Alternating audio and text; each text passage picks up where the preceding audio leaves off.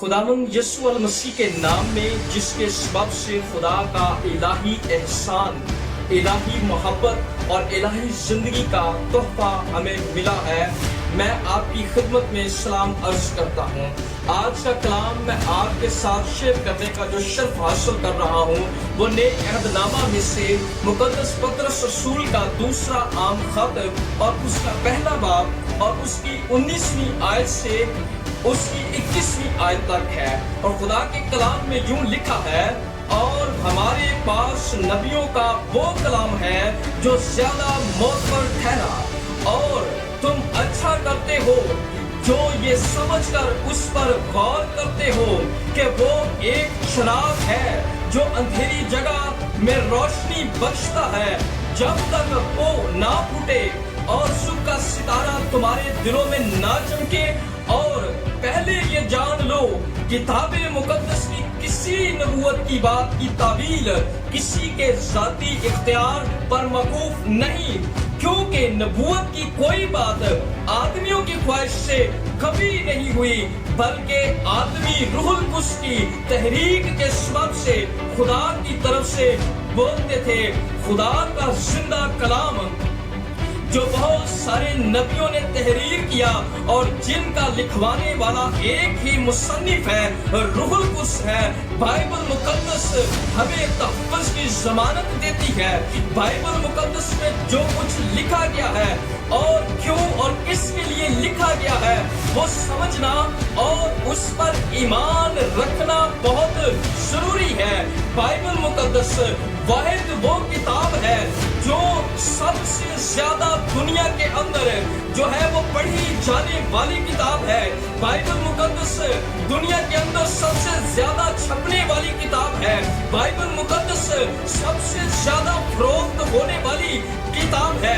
Bible मुकद्दस सबसे ज्यादा जिंदगियां बदल देने वाली किताब है। और ये इंसानों को ज़हीन और दानिशमंद और आलिम और साहिब हिकमत बना देने वाली किताब है।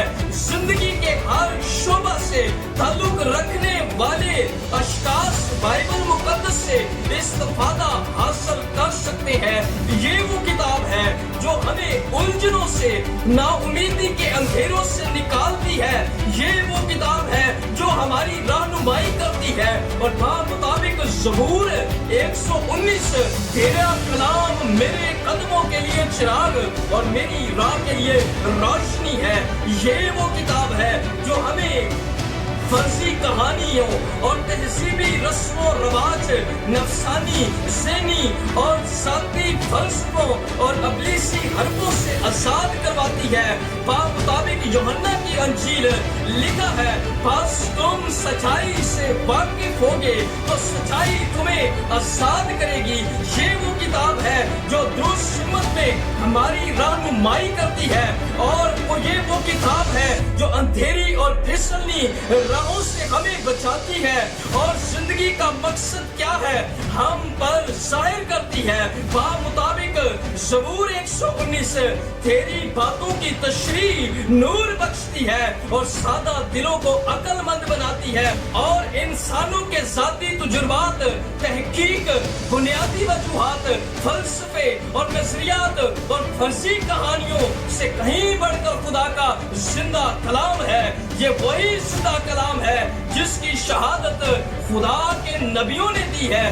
ये वही जिंदा कलाम है जिसके बारे में ज़बूर नवीस कहता है कि मेरा फख्र खुदा पर और उसके कलाम पर है। और लूका की अंजील उसके 11वें बाब और उसकी 28वीं आयत के अंदर खुदा यूं फरमाता है, मगर ज्यादा मुबारक वो है जो मेरे कलाम को सुनते और उस पर अमल करते हैं। और यकूब के खत के अंदर उसके पहले बाब उसकी 22वीं आयत में लिखा है, लेकिन कलाम पर अमल करने वाले बनो, ना महज सुनने वाले जो अपने आप को धोखा देते हैं। आइए खुदा के कलाम का यकीन करें, खुदा के कलाम को पढ़ें, खुदा के कलाम को सुने, खुदा के कलाम को समझें और इस पर अमल करें। इसी में हमारी तरक्की है, इसी में हमारी भलाई है, इसी में हमारी निजात है, इसी में हमारी रहनुमाई है। इसी में हमारी उम्मीद है, इसी में ईमान है, इसी में खुशहाली है और इसी में हमारी शिफा है, क्योंकि कलाम में लिखा हुआ है खुदा अपने हर नाम से बढ़कर अपने कलाम को अजमत देता है और खुदा का कलाम जो मोतबर है, जिंदा है, वो हमारे लिए मशले राह है।